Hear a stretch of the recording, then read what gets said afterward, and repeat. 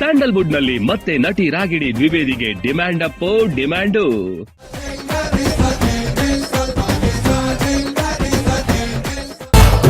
ಒಂದೇ ವಾರದಲ್ಲಿ 3 cinema announce, ಒಟ್ಟೊಟ್ಟಿಗೆ 7 ಚಿತ್ರಗಳಲ್ಲಿ ಬ್ಯುಸಿಯಾದ ಬ್ಯೂಟಿ ಕ್ವೀನ್.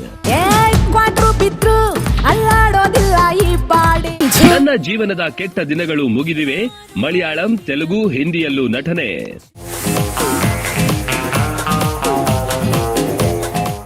6 ಭಾಷೆ 7 ಸಿನಿಮಾಗಳಲ್ಲಿ ಬ್ಯುಸಿ ಇರುವ ನಟಿ ರಾಗಿಣಿ ತಮ್ಮ ಹೊಸ ಸಿನಿಮಾಗಳ ಬಗ್ಗೆ ಮಾಹಿತಿ ನೀಡಿದ್ದಾರೆ. ಡ್ರಗ್ಸ್ ಕೇಸ್ನಲ್ಲಿ ಸಿಲುಕಿ ಸಂಕಷ್ಟ ಅನುಭವಿಸಿದ್ದ ರಾಗಿಣಿ ದ್ವಿವೇದಿಗೆ ಈಗ ಮತ್ತೆ ಒಳ್ಳೆಯ ಕಾಲ ಶುರುವಾಗಿದೆ. ಸ್ಯಾಂಡಲ್ವುಡ್ನಲ್ಲಿ ರಾಗಿಣಿ ದ್ವಿವೇದಿಗೆ ಡಿಮ್ಯಾಂಡ್ ಶುರುವಾಗಿದ್ದು, ಒಟ್ಟೊಟ್ಟಿಗೆ 4 ಸಿನಿಮಾಗಳಲ್ಲಿ ನಟಿಸುತ್ತಿದ್ದಾರೆ.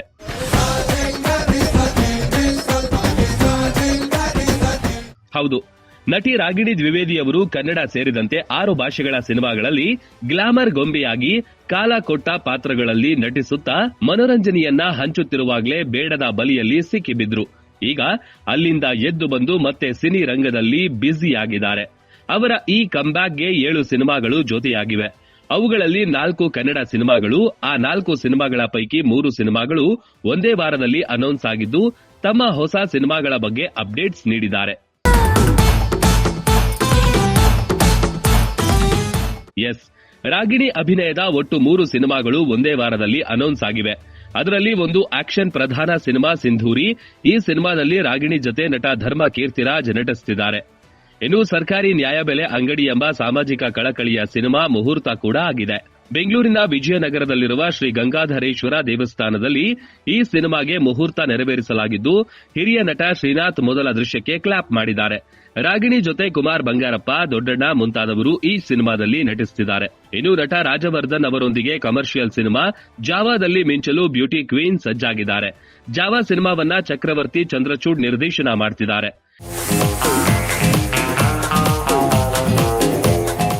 ಇನ್ನು ಮೋಹನ್ ಲಾಲ್ ಸಿನಿಮಾದ ಜೊತೆಗೆ ನಂದಕಿಶೋರ್ ನಿರ್ದೇಶನದ ಚೊಚ್ಚಲ ತೆಲುಗು ಸಿನಿಮಾ ವೃಷಭದಲ್ಲೂ ರಾಗಿಣಿ ನಟಿಸುತ್ತಿದ್ದಾರೆ. ಇದೊಂದು ಐತಿಹಾಸಿಕ ಸಿನಿಮಾ ಆಗಿದ್ದು, ರಾಗಿಣಿ ರಾಣಿ ಪಾತ್ರದಲ್ಲಿ ನಟಿಸುತ್ತಿದ್ದಾರೆ. ಇದರೊಟ್ಟಿಗೆ ಒಂದು ಹಿಂದಿ ಹಾಗೂ ಒಂದು ತಮಿಳು ಸಿನಿಮಾದ ಶೂಟಿಂಗ್ ಮುಗಿಸಿ ಬಂದಿದ್ದಾರೆ. ಇನ್ನು ಈ ಬಗ್ಗೆ ಮಾತನಾಡಿದ ಅವರು, ಕೆಲವೊಮ್ಮೆ ಸಿನಿಮಾಗಳೇ ಇರಲ್ಲ, ಈಗ ಇಷ್ಟೊಂದು ಸಿನಿಮಾಗಳು ಒಟ್ಟಿಗೆ ಆಗ್ತಾ ಇವೆ. 15 ವರ್ಷದ ಚಿತ್ರ ಜೀವನದಲ್ಲಿ ಸೂಪರ್ ಹಿಟ್ ಚಿತ್ರಗಳ ಜೊತೆಗೆ ಫ್ಲಾಪ್ ಸಿನಿಮಾಗಳನ್ನ ನೋಡಿದ್ದೇನೆ. ಇನ್ನು 4 ಸಿನಿಮಾಗಳನ್ನ ಓಕೆ ಮಾಡಿದ್ದೇನೆ. ಅದರಲ್ಲಿ ಒಂದು ಹಿಂದಿ ಸಿನಿಮಾ, ಪ್ರತಿ ಭಾಷೆಯಲ್ಲೂ ಒಂದು ಸಿನಿಮಾ ಈ ವರ್ಷ ರಿಲೀಸ್ ಆಗತ್ತೆ ಅನ್ನುವ ನಿರೀಕ್ಷೆಯಲ್ಲಿದ್ದೇನೆ ಎಂದಿದ್ದಾರೆ. ನನ್ನ ಜೀವನದ ಕೆಟ್ಟ ದಿನಗಳು ಮುಗಿದಿವೆ, ಈಗ ಒಂದಾದ ಮೇಲೊಂದು ಅವಕಾಶಗಳು ಬರ್ತಿವೆ. ಹಾಗಂತ ಸಿನಿಮಾಗಳನ್ನ ಸುಮ್ಮನೆ ಒಪ್ಪೋದಿಲ್ಲ. ಚಿತ್ರದಲ್ಲಿ ಹೊಸತನ ಇರಬೇಕು.